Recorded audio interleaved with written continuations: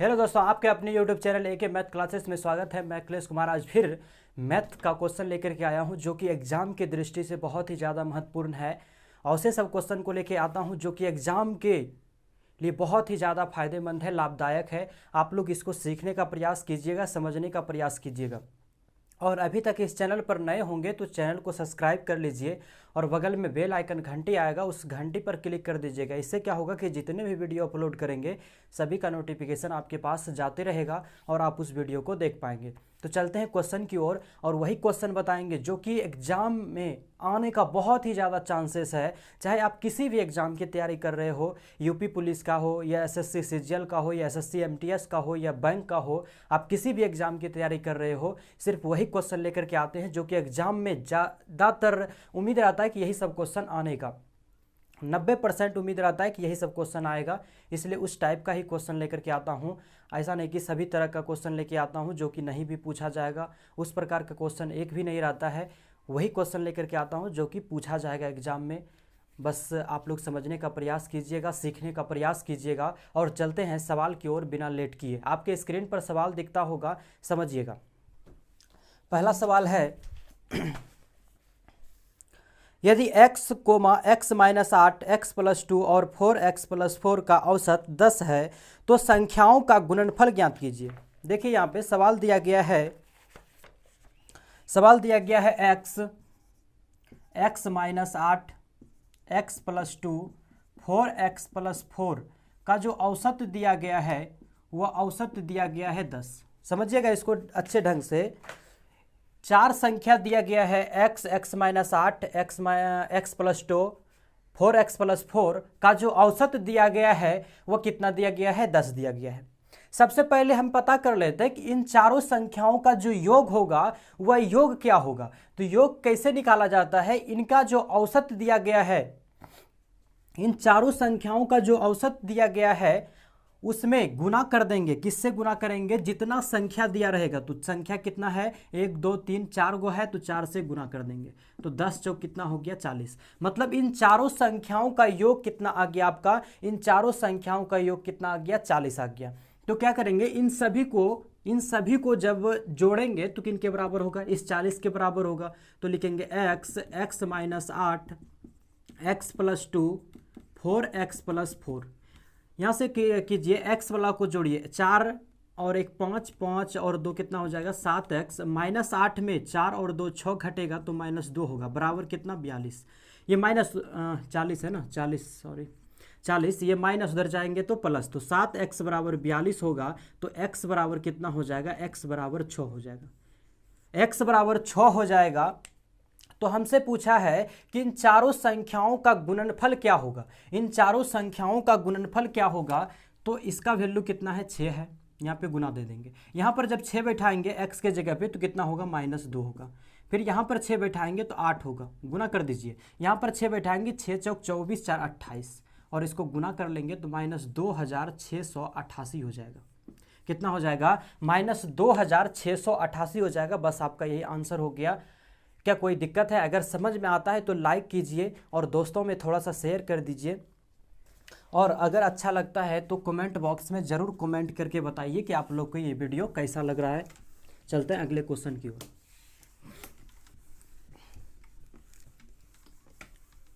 अगला सवाल है, समझिएगा। एक डिजिटल कैलकुलेटर का अंकित मूल्य 800 रुपया है। एक ग्राहक को अंकित मूल्य पर 2 क्रमिक छूट मिलती है।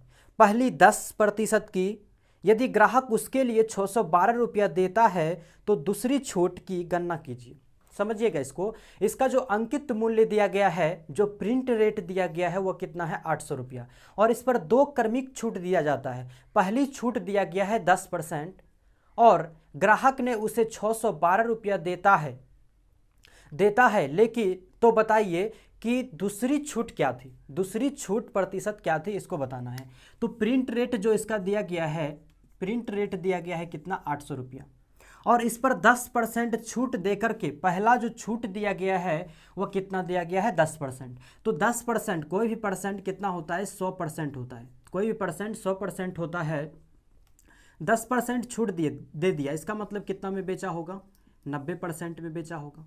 90% में बेचा होगा तो प्रिंट रेट 800 रुपया था और उसने बेचा परसेंटेज में कितना में 90% में, क्योंकि 10% उसने क्या कर दिया है, डिस्काउंट दे दिया है। और डिस्काउंट हमेशा किस पर दिया जाता है, हमेशा अंकित मूल्य पर डिस्काउंट दिया जाता है।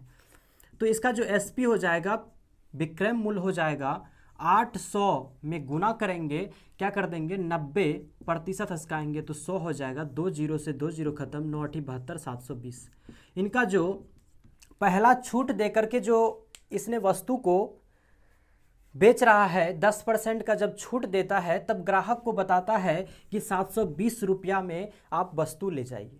लेकिन ग्राहक क्या कहता है, ग्राहक कहता है हम 612 रुपया ही देंगे। ग्राहक क्या कह रहा है, ग्राहक क्या कह रहा है कि 612 रुपया ही देंगे।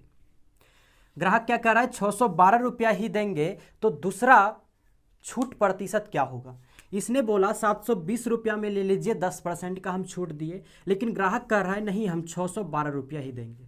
तो कितना छोड़ने और बोल रहा है, कितना छोड़ने बोल रहा है, 108 रुपया। 108 रुपया ही तो बोल रहा है, क्योंकि 720 रुपया 10% जब छूट दे दिया तो उस दुकानदार ने बोला एक ग्राहक को कि आप ले लीजिए वस्तु को, लेकिन दुकानदार ने बोला कि नहीं और छूट दीजिए, और छूट दीजिए। तो इसने बोला ग्राहक ने कि हम 612 रुपया ही देंगे। कितना देंगे, 612 रुपया, मतलब 108 रुपया और छोड़ने बोल रहा है। 108 रुपया छोड़ने किस पर बोल रहा है, इस 720 पर। प्रतिशत बनाने के लिए किससे गुना करेंगे, 100 से। 1 जीरो से 1 जीरो खत्म, 36 दूनी 72, 36 दिया 108, 2 से कटाएंगे 5 बार में, 5 दिया कितना हो गया 15%, मतलब 15% और बोल रहा है छोड़ने के लिए, किसने, ग्राहक ने। तो वही हमसे पूछा था कि दूसरा छूट कितना परसेंट होगा, तो दूसरा छूट कितना होगा, 15% होगा। बस आपका यही आंसर हो गया। कोई दिक्कत है समझने में? चलते हैं अगले सवाल की ओर, देखते हैं अगला सवाल क्या है।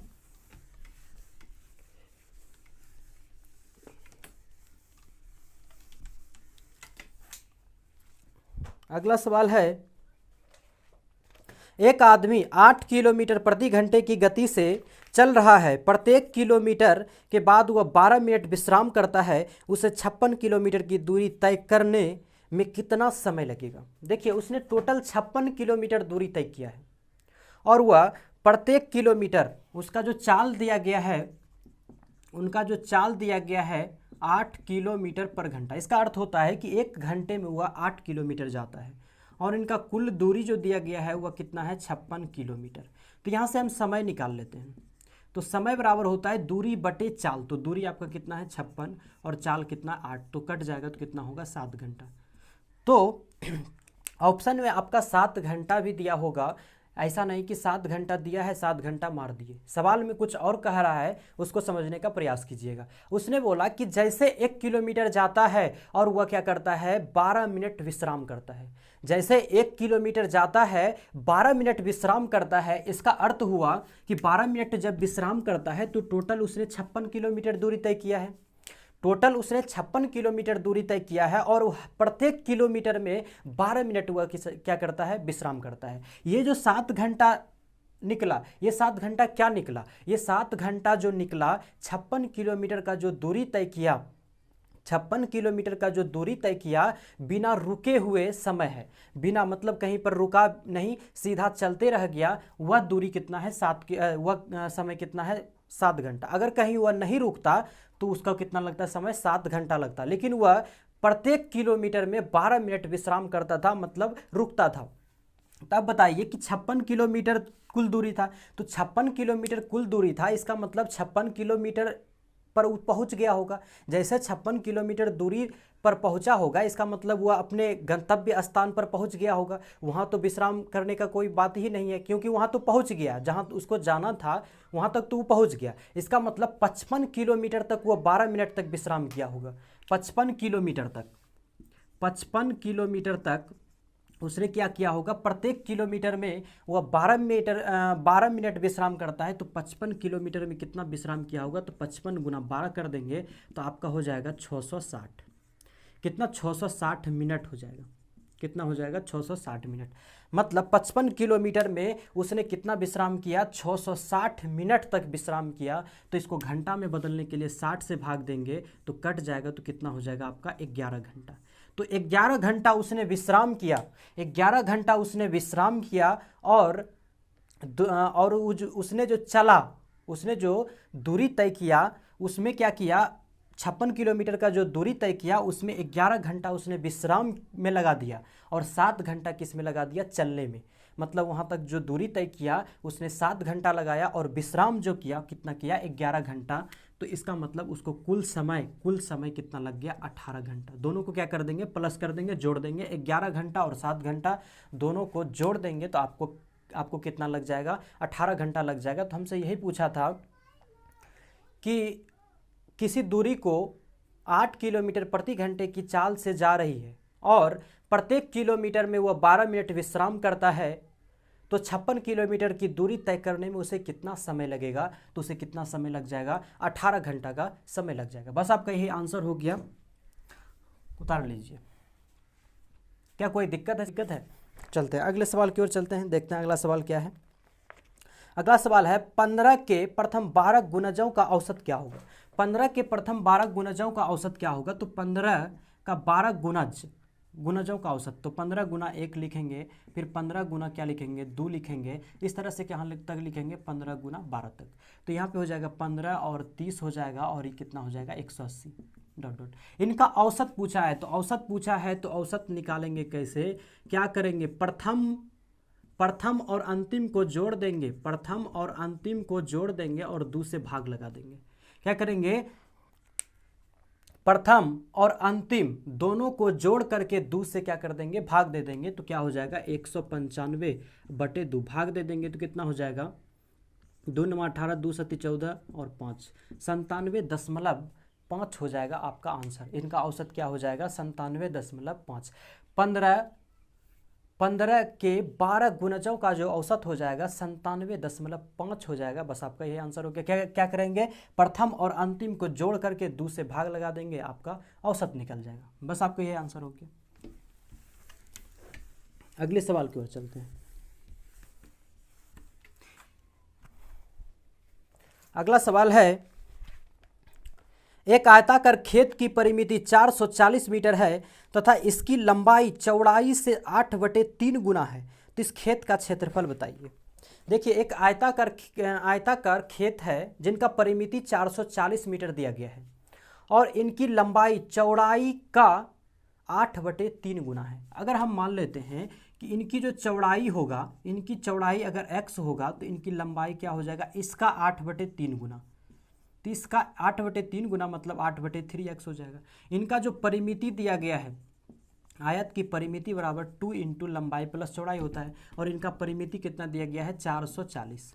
तो इसका फार्मूला होता है 2 × लंबाई प्लस चौड़ाई बराबर 440। तो 2 × लंबाई इसका कितना दिया गया है, 8/3x और चौड़ाई दिया है x और ये 440। इसको 2 से कटा देंगे तो कितना हो जाएगा, 220। इनको जोड़ लेते हैं, इनको जोड़ लेंगे तो 11x/3 बराबर 220। 11 से कटा देंगे 20 होगा तो x बराबर कितना हो जाएगा आपका 60। तो इनका जो चौड़ाई निकल गया, कितना निकल गया, 60 मीटर। और इनका लंबाई क्या हो जाएगा, 8/3 गुना x का वैल्यू 60 है, 60 से गुना करेंगे। 3 से कटा दिए 20 बार में, इसको गुना करेंगे तो 160 मीटर। कितना हो जाएगा, 160 मीटर। मतलब इनका चौड़ाई 60 मीटर हो गया, लंबाई 160 मीटर। अगर हमसे लंबाई पूछता तो आपका आंसर यही 160 मीटर होता, या चौड़ाई पूछता तो 60 मीटर होता। लेकिन बोला इनका क्षेत्रफल, तो आयत का क्षेत्रफल लंबाई गुना चौड़ाई होता है, तो बस इन दोनों को गुना कर लेंगे। आयत का क्षेत्रफल क्या होता है, लंबाई गुना चौड़ाई होता है। तो लंबाई आपका 160 और गुना 60 कर लेंगे तो बस आंसर हो गया 9600 मीटर स्क्वायर। बस आपका यही आंसर हो गया। बस इतना ही काम करना है, बस आपका उत्तर हो गया। चलते हैं अगले क्वेश्चन की ओर, देखते हैं अगला सवाल कैसे बनेगा।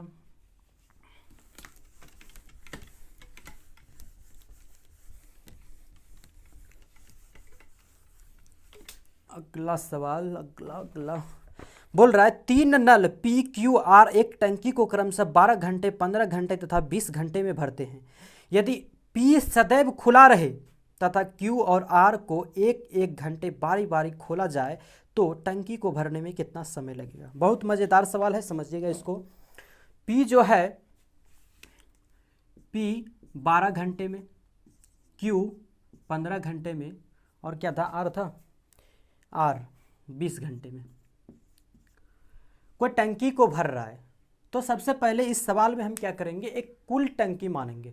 तो कुल टंकी कैसे मानेंगे, इन सभी का एलसीएम, इन सभी का एलसीएम मानेंगे कुल टंकी। तो इन सभी का एलसीएम जो होगा, इन सभी का एलसीएम क्या हो जाएगा, 60 हो जाएगा। इनको हम क्या मान लेते हैं, कुल टंकी। क्या मान लिए, कुल टंकी। अब इस टंकी को भरने का क्षमता देख लेते हैं कि इस टंकी को भरने का क्षमता क्या है, P का, Q का और R का। तो इसमें भाग देंगे, 12 पंचे 60, ये क्या निकल रहा है, क्षमता निकल रहा है। 15 चौकी 60, 20 दिया कितना हो जाएगा, 60। कोई दिक्कत है। अब देखिए यहाँ पे P 1 घंटे में कितना भर सकता है, 5 भर सकता है। Q 1 घंटे में 4 भर सकता है और R 1 घंटे में कितना भर सकता है, 3 भर सकता है। समझिएगा इसको। अब बोल रहा है कि P सदैव खुला रहता है और Q और R बारी बारी से क्या करता है, एक एक घंटा बारी बारी से खोला जाता है। तो अब देखिए यहाँ पे कि P के साथ एक बार कौन काम करेगा, P के साथ एक बार Q काम करेगा। तो P के साथ जब एक बार Q करेगा तो 5 और 4 कितना हो जाएगा, 9। क्षमता कितना हो जाएगा, 9। मतलब P हमेशा खुला रहता है, P सदैव उस टंकी में पानी भरते रहता है, मतलब खुला रहता है, पानी भरते रहता है, खुला रहता है। तो P के साथ एक बार Q काम करेगा तो P की क्षमता 5 था पहले से और Q की क्षमता 4, मतलब टोटल 1 घंटा में कितना पानी भर देगा, 9 भर देगा। उसके बाद 1 घंटा के बाद फिर कौन पहुंचता है, R पहुंचता है। तो जब P के साथ R काम करने लगेगा 1 घंटा के बाद तो कितना भरेगा, 1 घंटा में कितना भर देगा, 8 भर देगा। ये भरेगा ना, क्या कोई दिक्कत है। बोला Q और R एक एक घंटा बारी बारी से खोला जाता है और P सदैव खुला रहता है, मतलब P सदैव खुला रहता है। तो P की क्षमता कितना है, 5। और जब Q P के साथ मिल जाएगा तो P Q के साथ जब मिलेगा तो 1 घंटा में कितना पानी भरेगा, 9। फिर 1 घंटे के बाद कौन जाता है, R जाता है, P के साथ सम्मिलित हो जाता है। तो P के साथ जब R सम्मिलित होगा तो P का 5 क्षमता है और R का 3 है। तो मतलब टोटल कितना भरेगा, 1 घंटे में 8 भरेगा। अब देखिए यहाँ पर जो इन दोनों को अगर हम ऐड कर देते हैं तो कितना हो जाता है, 17 हो जाता है। तो 17 जो हुआ, इस 17 कितने घंटा का हो गया, 2 घंटा का क्षमता हो गया। क्योंकि 1 घंटा में जब Q के साथ मिलता है तो 9 भरता है और जब R के साथ PR के साथ जब मिल जाता है तो कितना भरता है, 8 भरता है। मतलब दोनों जब जोड़ देंगे, दोनों को ऐड करेंगे तो टोटल कितना हो जाएगा, 17 हो जाएगा, 17 क्षमता हो जाएगा। ये जो 17 क्षमता हो गया कितने देर का, ये 2 घंटा का हो गया 17 क्षमता। तो थोड़ा देर के लिए, सपोज मानिए थोड़ा देर के लिए हम मान लेते हैं कि इनका जो क्षमता है ये 17 दिया गया। ये जो 17 क्षमता दिया गया है इसको थोड़ा देर के लिए हम 1 घंटे का क्षमता मान लेते हैं। कितने घंटा का क्षमता, 1 घंटे का क्षमता मान लेते हैं थोड़ा देर के लिए। तो कुल टंकी में से किससे भाग दिया जाता है, क्षमता से भाग दिया जाता है। तो क्षमता 17 से भाग दे देंगे, क्योंकि कुल टंकी में से जब क्षमता से भाग देंगे तो हमें किसका पता चलता है, हमें घंटे का पता चलता है, समय का पता चलता है। तो इसको थोड़ा देर के लिए हम क्या मान लिए हैं, ये जो 17 क्षमता है 1 घंटे का क्षमता है, थोड़ा देर के लिए हम मान लिए हैं। तो कुल टंकी में से जब क्षमता से भाग देंगे तो हमें क्या पता चलेगा, समय पता चलेगा। तो 17 या 51, तो यहाँ पर 3 बार में खाता है तो इसका क्या कर देंगे, डबल कर देंगे। डबल इसलिए कर रहे हैं क्योंकि 17 को हम क्या किए हैं, 1 घंटे का क्षमता माने हैं, जो कि रियल में नहीं है। रियल में 1 घंटे का क्षमता नहीं है, लेकिन इसको मान लिए हैं कि 1 घंटे का क्षमता है। तो इसको जब भाग देंगे तो 17 या 51 3 बार में खाएगा, तो इसको क्या कर देंगे, डबल कर देंगे। कितना कर देंगे, 6। कोई दिक्कत है। अब शेष कितना बचा, 9। तो 9 में किससे भाग दे देंगे, 9 में इस 1 घंटे की क्षमता से भाग दे देंगे। P और Q पहले देखिए, पहले आप पूछिएगा कि 8 से हम काहे नहीं भाग देंगे, 8 से भी तो भाग दे सकते हैं। 8 से भाग नहीं देंगे, इसलिए नहीं देंगे क्योंकि जब P और P के साथ जब Q सम्मिलित होता है, फिर 1 घंटे के बाद P के साथ R सम्मिलित होता है। तो P के साथ R सम्मिलित होता है, तो जब दोनों का हम क्षमता यहाँ दोनों का जब समय निकाले तो कितना हुआ, 6 घंटे। तो अब देखिए जब दोनों इसके साथ मिल गया तो फिर अगले घंटे जब शुरुआत होगा, ये दोनों तो एक बार भर दिए, 1 घंटे के बाद ये भरा, 1 घंटे के बाद ये सम्मिलित हो गया पी में। फिर अगले घंटे जब शुरुआत होगा, अगले घंटे के बाद जब शुरुआत होगा तो पहले कौन आएगा, क्यू आएगा। तो क्यू आएगा तो इसके शेषफल में ये जो शेषफल अब बचा हुआ है किससे भाग देंगे, अब भाग देंगे पी और क्यू का जो 1 घंटे का क्षमता कितना है 9, तो 9 से जब भाग देंगे इस शेषफल जो 9 बचा है तो कट करके कितना हो जाएगा 1 घंटा, कितना हो जाएगा 1 घंटा। तो इसमें 1 प्लस कर देंगे तो आपका आंसर कितना हो जाएगा 7 घंटा, कितना हो जाएगा आपका आंसर 7 घंटा। तो अब बोलिएगा कि इसमें डबल क्यों नहीं किए, इसलिए डबल नहीं किए क्योंकि हम किससे भाग दिए, 9 से भाग दिए, और 9 क्या है, ये पी और क्यू का 1 घंटे का क्षमता है। बस आपका यही आंसर हो गया 7 घंटा। कोई दिक्कत है? चलते हैं अगले सवाल की ओर। इस तरह का सवाल बहुत ही ज़्यादा पूछे जाते हैं, इसलिए इसको समझने का प्रयास सीखिए, इसको अच्छे ढंग से। चलते हैं अगले सवाल की ओर। अगला सवाल है, बोल रहा है पी एक काम को 20 दिनों में पूरा कर सकता है और क्यू उसी काम को 30 दिनों में, पी ने 4 दिन अकेले काम किया और फिर क्यू ने आर के साथ मिलकर शेष काम 18 दिन में पूरा कर दिया। आर अकेला उस काम को कितने दिन में पूरा कर सकता था? समझिएगा, बहुत ही मज़ेदार सवाल है।